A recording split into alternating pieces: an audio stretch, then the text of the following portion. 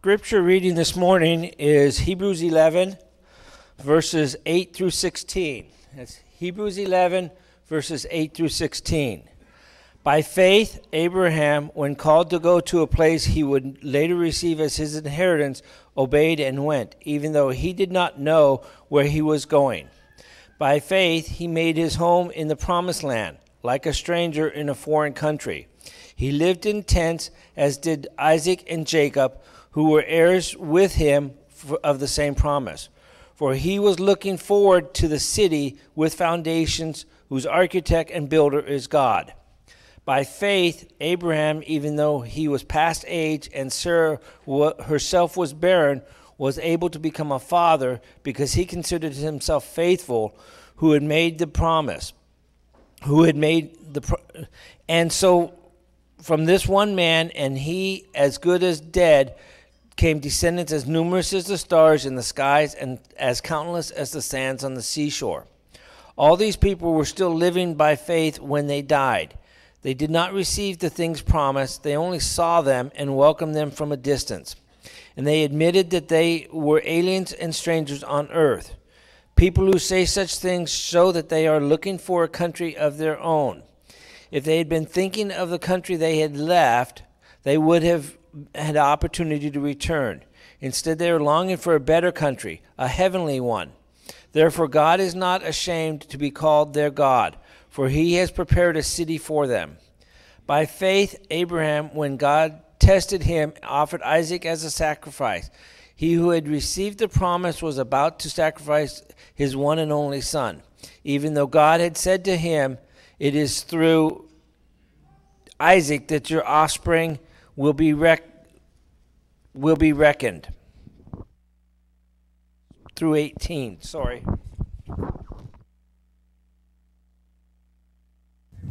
Amen. Sometimes you just can't get enough, I know. I know.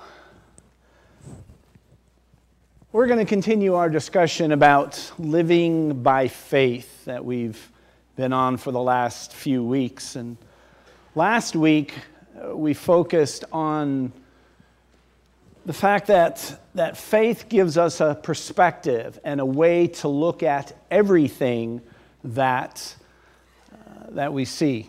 It gives us a mindset. It gives us a place to begin. It gives us a filter. I wanted to talk today about the fact that faith places great value on people and their experiences. The passage that David just read, one of the main ideas that come out of that is the ability of people of faith to live for their future. The psychologists call it delayed gratification. In the Bible, we might call it self-control. But the idea is that I'm not living for pleasure now, but I'm living for something better in the future. That places great value on humans, on people, especially when you think of the contrast to that. Great value is reflected in this passage, Ephesians chapter 1, verses 4 and 5, where we read that God chose us. Before the foundation of the world, He chose those who would be His through our response to the cross. So when we see the cross, it should trigger within us a response of God's value toward us, of the truthfulness of the message, of the reality and the depth of God's love for us. And even though we were against Him, He decided still to bring us into His world. And that gives us great value. That gives us great hope.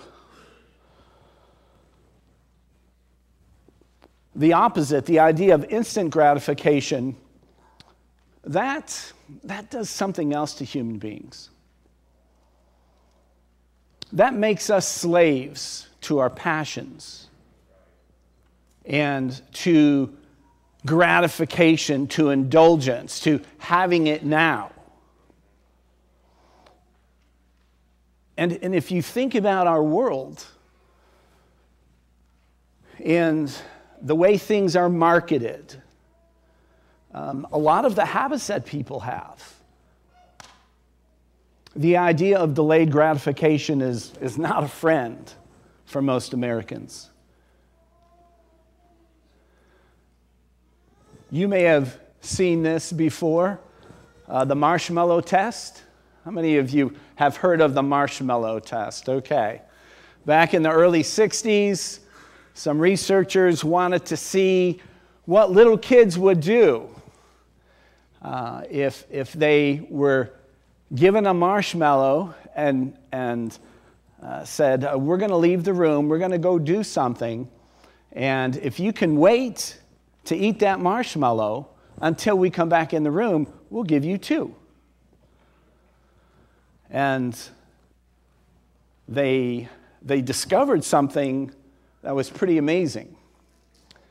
What they discovered was the kids who could wait for that second marshmallow were more successful in life, because they revisited this study when those kids were in high school and early college. They did better on their SAT scores. And as they track these people continually, they've had many years now to watch them, the pattern holds. Those who were able to delay gratification were more successful in life.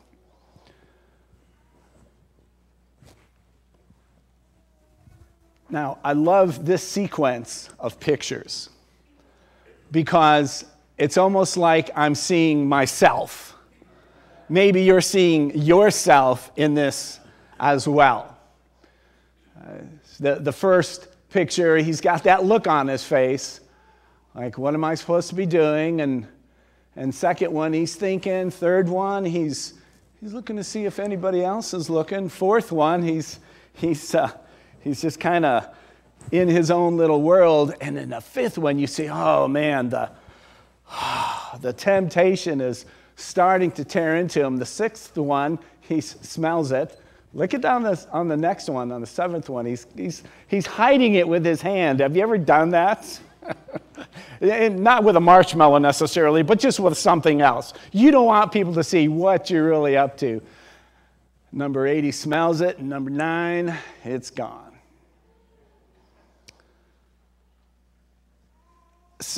Several researchers have revisited this, and the findings from the early 60s still hold, but there are many people, many researchers who say, no, the research doesn't hold for various reasons. Wasn't a big enough sample study. All the kids were kids who were children of the researchers, and so they said it was skewed. But what I deduced from the people who didn't think this was accurate was our world benefits. The world benefits from instant gratification. And so whatever we can do to change an important scriptural truth, we will. We'll minimize it. We'll make light of it. We'll joke about it. It is true that if people are raised to have things when they want it and how they want it right now with instant gratification, when kids are raised with that, when young people grow up with that, if they don't experience that as their life goes on, they begin to have anxiety and stress. So that's true enough. But we don't have to follow that route in our lives. We don't have to take the path of instant gratification. As a matter of fact, I think the passage that we've just read deals with the fact that people of faith are able to look down the track of time and make quality decisions about what they do with their lives. Delayed gratification or deferred gratification is the ability to resist the temptation for an immediate reward and wait for a later reward. Generally, delayed gratification is associated with resisting a smaller but more immediate reward in order to receive a larger or more enduring reward later. So that makes sense. That makes sense. Oftentimes, the things that we settle on and decide on in regards to instant gratification, it doesn't even last long. One day and the feeling's over. A few hours and it's gone. A few seconds and wow, what just happened?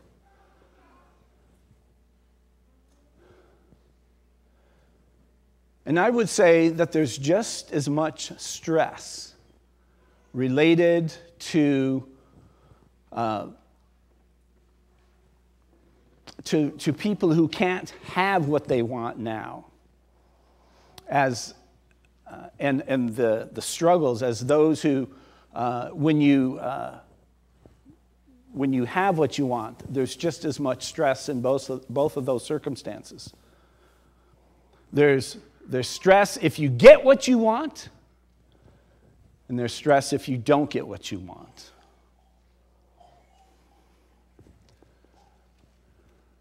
I'm going to blow past this. What is important is how we use our time and how we view time. The picture, the graphic is a gentleman named Theophrastus. I'm sure you've heard of Theophrastus. But he was a disciple of Aristotle. He was known as the father of botany. And he, as a philosopher, he understood the value of time and the importance of how people use their time. And the importance of developing the long view when it comes to our time.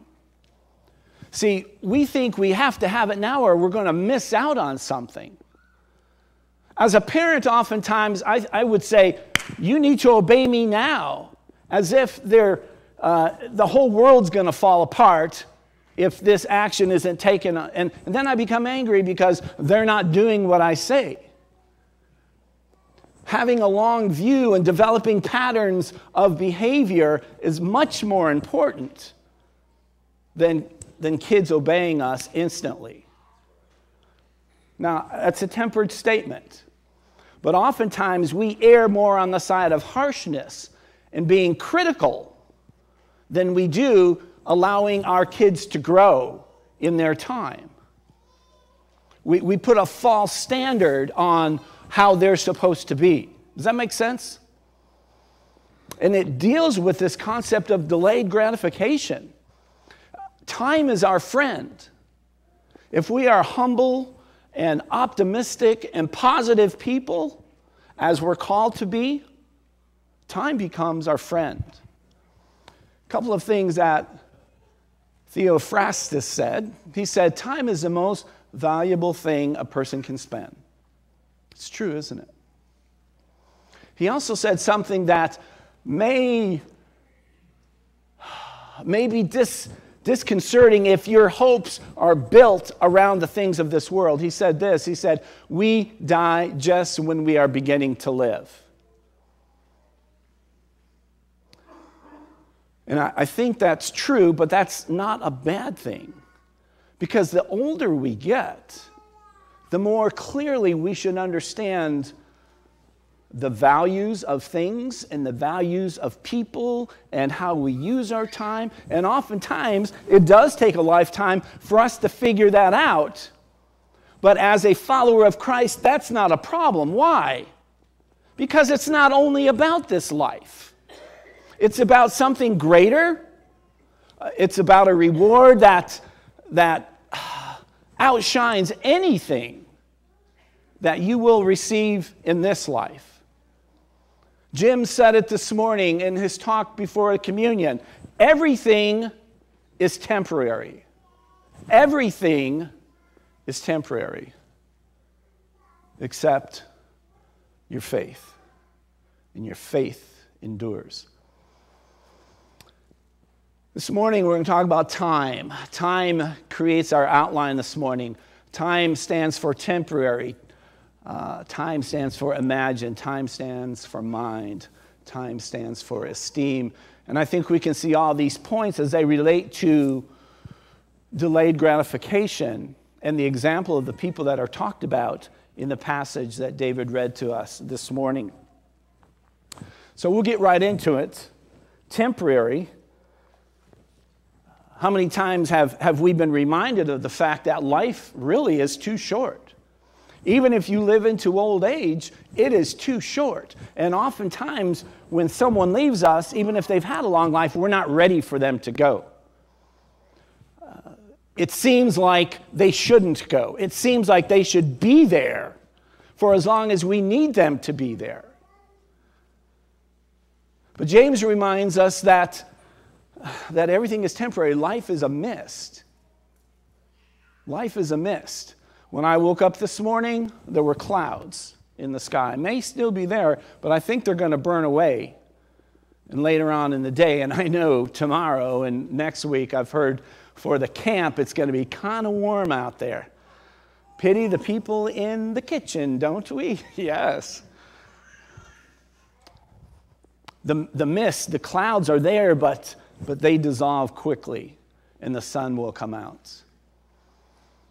Fog doesn't last forever. It lifts up. It's temporary. And that's what James tries to tell us about life, that it is temporary.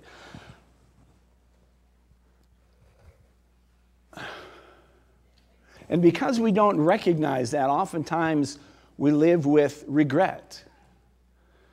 Maybe thinking we've made the wrong decision.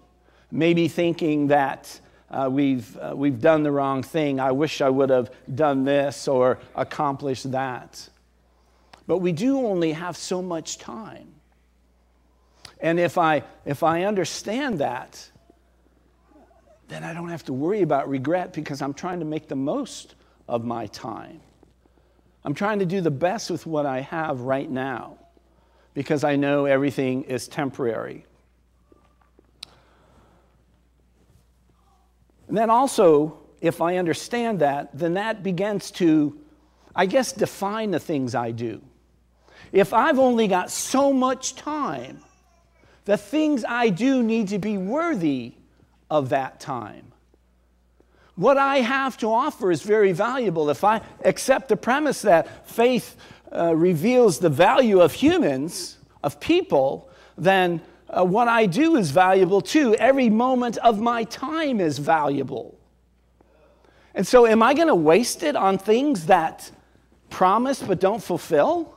Am I going to give my life to something that when I'm done, I will have regret? Or when I'm done, can I say, I've done the best with what I have? I've made the most of this temporary period of time that I will be alive. And that's what the writer says in verse 10, or beginning in verse 8. It says, by faith when Abraham was called, he obeyed and went out to a place he was going to receive as an inheritance, went out not knowing where he was going. He must have had some idea in mind, and we're going to talk about that in a minute, but he went because he knew, even a long time ago, thousands and thousands of years ago, the human condition was still the same. They still suffered. They struggled with time. They felt like it should be longer. And if God tells me to go, and this is where my hope is, wherever it is I'm going to go. Wherever it is he's telling me to go, even though I don't know about it, I'm going to go. And the writer carries on that idea. By faith, he stayed as a foreigner in the land of promise, living in tents with Isaac and Jacob, co-heirs of the same promise, for he was looking forward to the city that has foundations, whose architect and builder is God. See, he was looking to something that was more significant, more substantial. And he was okay to live in a way that we would define as temporary, living in a tent, moving around. He wasn't a citizen of anything except the kingdom of God.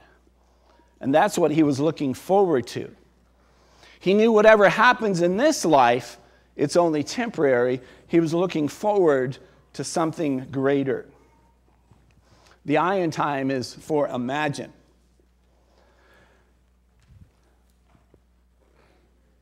We could say imagination, or any word that kind of defines the fact, or creativity, or any way that that defines the idea that, I may not see what is ahead, but I've got an idea in my mind of what it might look like. And from the example of Sarah was old, 100 years old. That's pretty old to have a baby, don't you think? And the passage tells us she was unable to have a baby.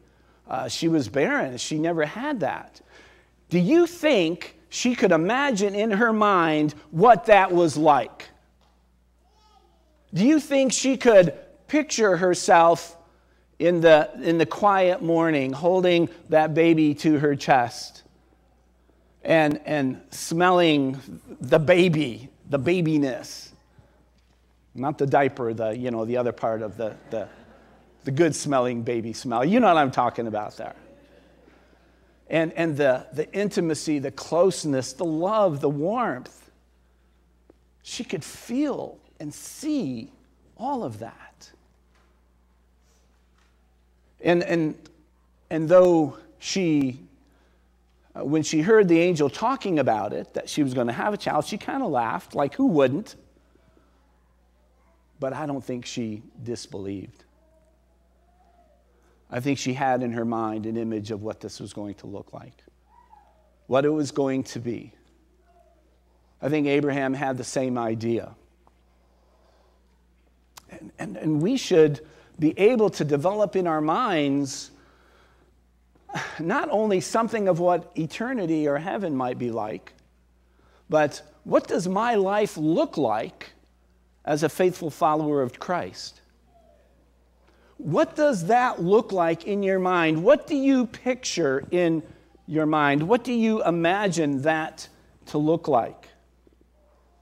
The wanderers, though they wandered around, they still had a place that they could belong.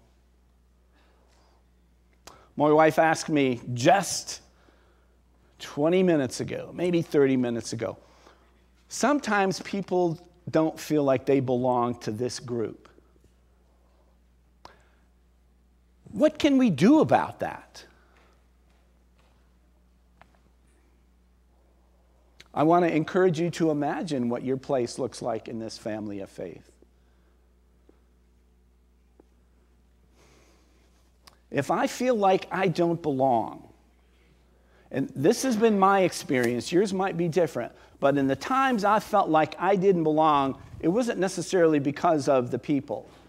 It was mostly because of me and the things that I did have in my mind. I had ideas of loneliness, isolation. Did anybody think it was cool when you're in high school to be a loner? Raise your hand if you thought it was cool to be a loner. All right, you're not in high school yet. Or maybe things have changed, I don't know. Nobody wants to admit that one?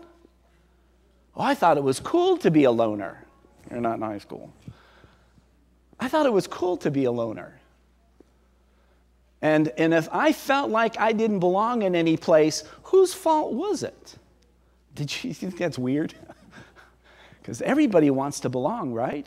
We do. But what am I imagining that looks like? What am I imagining my life looks like?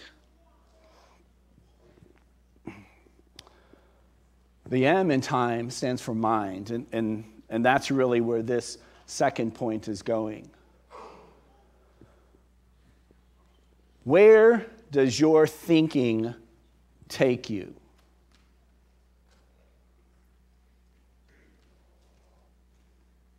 See, if I think it's cool to be a loner, then that's my thinking. I'm going to define everybody's actions toward me from that framework, from that perspective. It's not cool to be a loner. It's not good to not belong. Everybody needs to belong. But do you have that picture in your mind? Do you argue with the thoughts of Satan saying, you don't belong here. You don't have a place here. Look at how nice these people are dressed. You're not dressed that nice. You don't belong here. This isn't your place. And we have to argue against things like that. We have to argue against the things that lie to us about who we are. Because I believe that we are incredibly valuable in God's eyes. That's why He's given us what He has. That's why He's given Himself for us. So I have value. And oftentimes I'm the one keeping me from finding my place. Where does your thinking take you? What makes you feel alive? Now, for some of us, some of the things that we think about and some of the things that our feelings yearn toward, our feelings capture. I don't know if I'm saying what I need to say here. Because sometimes it's easy to get feelings and thoughts mixed up. Oftentimes, thoughts lead to feelings. All the time, right? All the time, thoughts lead to feelings, yeah. So what is on my mind? And what is it creating me to yearn for? That's what I mean by what causes me to come alive. What do I yearn for? You ever sometimes yearn for sinful things? I do. And at times it's been harder than not. And I remember when I was first a Christian, I had a lot of things that defined how I thought about life and people that I'm ashamed. When I was very young, I had a problem with porn. What must have been on my mind when that was what my life revolved around? And believe me, some of you can be brutally honest within yourself that your life can revolve around things that aren't good. And really, that's what makes you come alive.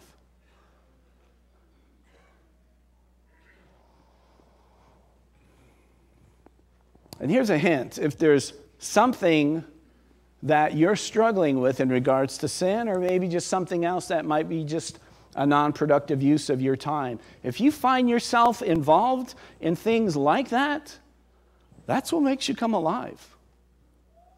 That's what's making you come alive. That's kind of what you're yearning for, that feeling that's connected to it.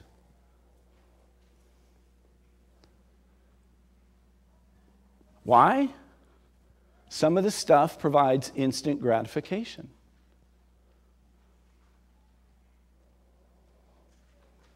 Now, I'm talking about something perhaps from a more male point of view. I do believe there's a difference between men and women. And so there might be something that reflects the indulgent nature that a female might go through that I don't understand, that reflects more the immediate gratification. And the things I'm talking about may not even connect to you, but there's probably something, because you live in a culture that is driven by instant gratification. Make a list of the things you involve yourself in your life. A complete list. And put an IG if it's instant gratification, or a DG if it's delayed gratification. You might be surprised by what you discover.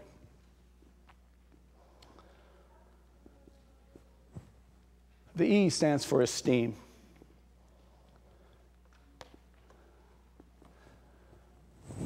You know what?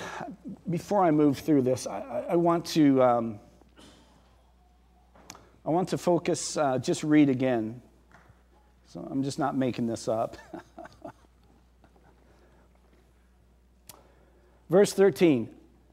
These all died in faith without having received the promises, but they saw them from a distance and greeted them and confessed that they were foreigners and temporary residents on the earth. You know what? There is no real place we belong on this earth. They confessed that they were foreigners and temporary residents on earth. Now, those who say such things make it clear that they are seeking a homeland. If they were thinking about where they came from, they would have had an opportunity to return. You see, if they were thinking about it, if they had their mind on this, and most of us come to Christ, even if we're raised, we come to Christ after a history, after a circumstance. And it's true with these folks. They weren't looking back. When we read about the people of Israel who kept looking back and wanting to go back to Egypt, that was their problem. Their minds were focused on what they had because of all the instant gratification that they had. We've done away with that. We've decided we're going to look forward. And our thinking and our minds are going to be on that and not on what makes me happy now. And I can do that because of the esteem, because of the value that I understand defines me. I'm very valuable. You may not think so, but that's fine. I may not think you're very valuable. But God thinks I'm valuable. There is wealth and value and treasures that we can't even understand when we think about the way God looks at us and the value that He places on us. Verse 16. But they now desire a better place, a heavenly one. Therefore, God is not ashamed to be called their God. Listen to that. God is not ashamed to be called their God. A lot of times we turn that around. He's my God. And we confess that, but He's not ashamed to confess us. Because we have fully embraced everything He is offering us. We have bought into the idea and agree that we are valuable beyond measure. And it doesn't matter how anybody else looks at us. And if we're struggling with that this morning, you've got to get past that. It doesn't matter. It doesn't matter what other people think about you. It doesn't matter. Because it's hard to please people. Because oftentimes they're looking from that short-term perspective. And if you don't short-term gratify me, there's something wrong with you. But that's not the way God looks at us.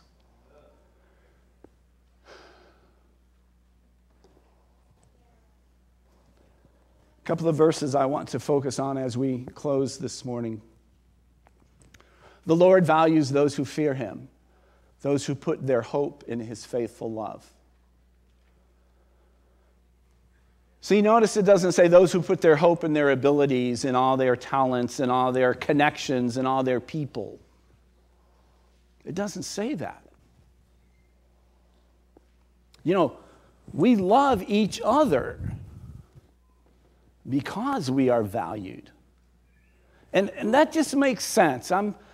It's not self-centered, it's not selfish, it's not distorted.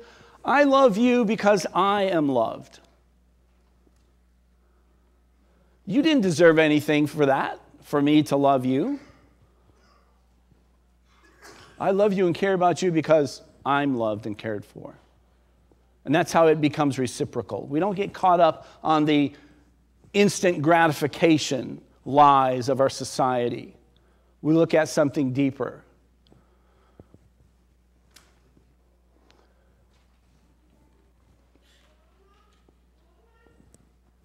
As we go through struggles, I want us to understand that God's power through His Spirit is transformational. And He does something to us when our faith reaches out to Him. It says, in the same way, the Spirit also joins to help in our weakness because we do not know what to pray for as we should. But the Spirit Himself intercedes with us with unspoken groanings. A lot of times I can't even voice how I'm feeling. And I know sometimes the things you've gone through, you can't even imagine someone having to go through these things, and you can't communicate how you feel. Well, you don't need to.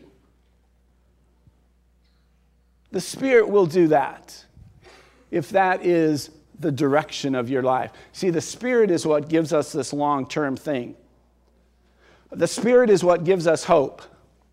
It's not an instant change. The Spirit works in our lives, working through our human weaknesses and frailties to create something within us, but that takes time.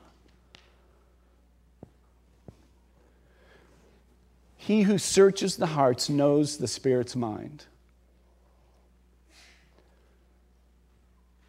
because He intercedes for the saints according to the will of God. He who searches the hearts knows the Spirit's mindset.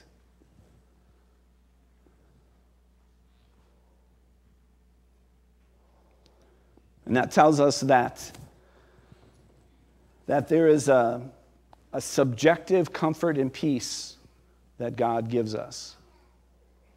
But there's also truth, solutions, perspectives, things that I can put into practice to physically change my circumstance as the Spirit is prompting and leading and guiding. And then the third passage, how joyful is the one whose transgression is forgiven, whose sin is covered. How joyful is the person the Lord does not charge with sin, and in whose spirit is no deceit. I think this passage is an equalizer. And I really think that's what the Spirit is all about. The Spirit makes us all amazing because it's God's Spirit within us. That's what makes us who we are. And we may get into the instant gratification comparison game of like who's the better Christian or whatever. Or you may think, well, I know it isn't me because of the things that I struggle with. I'm not that super Christian. But none of what we've talked about today has anything to do with super Christian status. Are you genuinely trying to seek the Father? That's the main question. And if you are,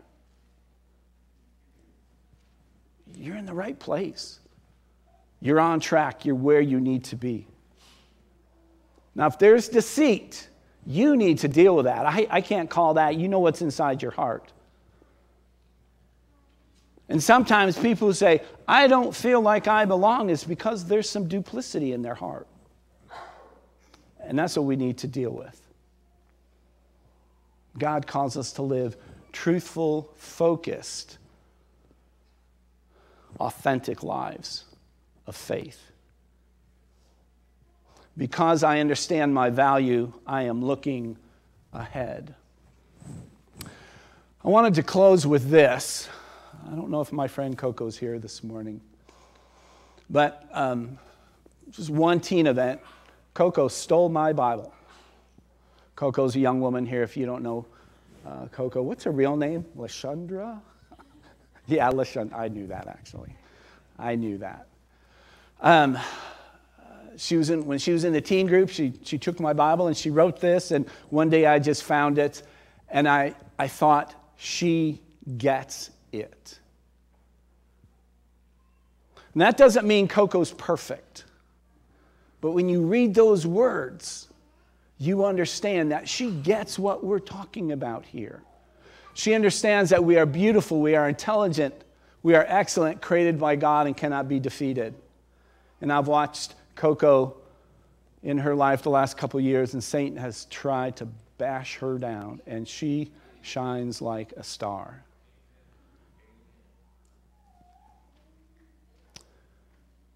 She is an amazing example to all of us because she gets this basic truth of her value. Not because of her performance, not because of her failure to comply with the instant gratification demands of whoever. And I'll confess, I didn't love Coco the way I should have. But that didn't matter to her.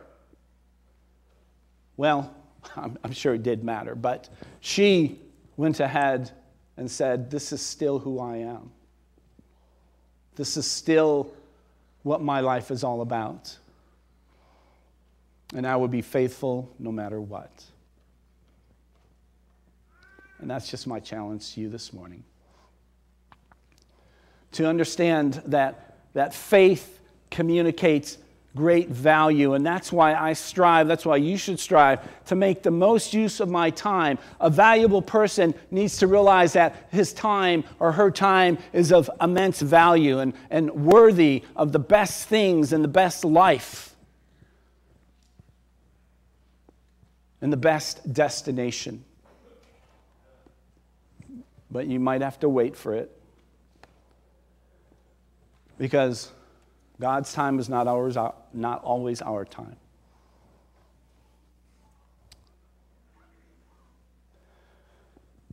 This morning, our shepherds will be in the back of the building, and if this brings up something that you want to pray about this morning, they will be there. I pray you'll focus on the high view that God has about your life. And if that's something that we can pray about, I encourage you to do that this morning. And I also want to encourage you, if you've been thinking about being baptized,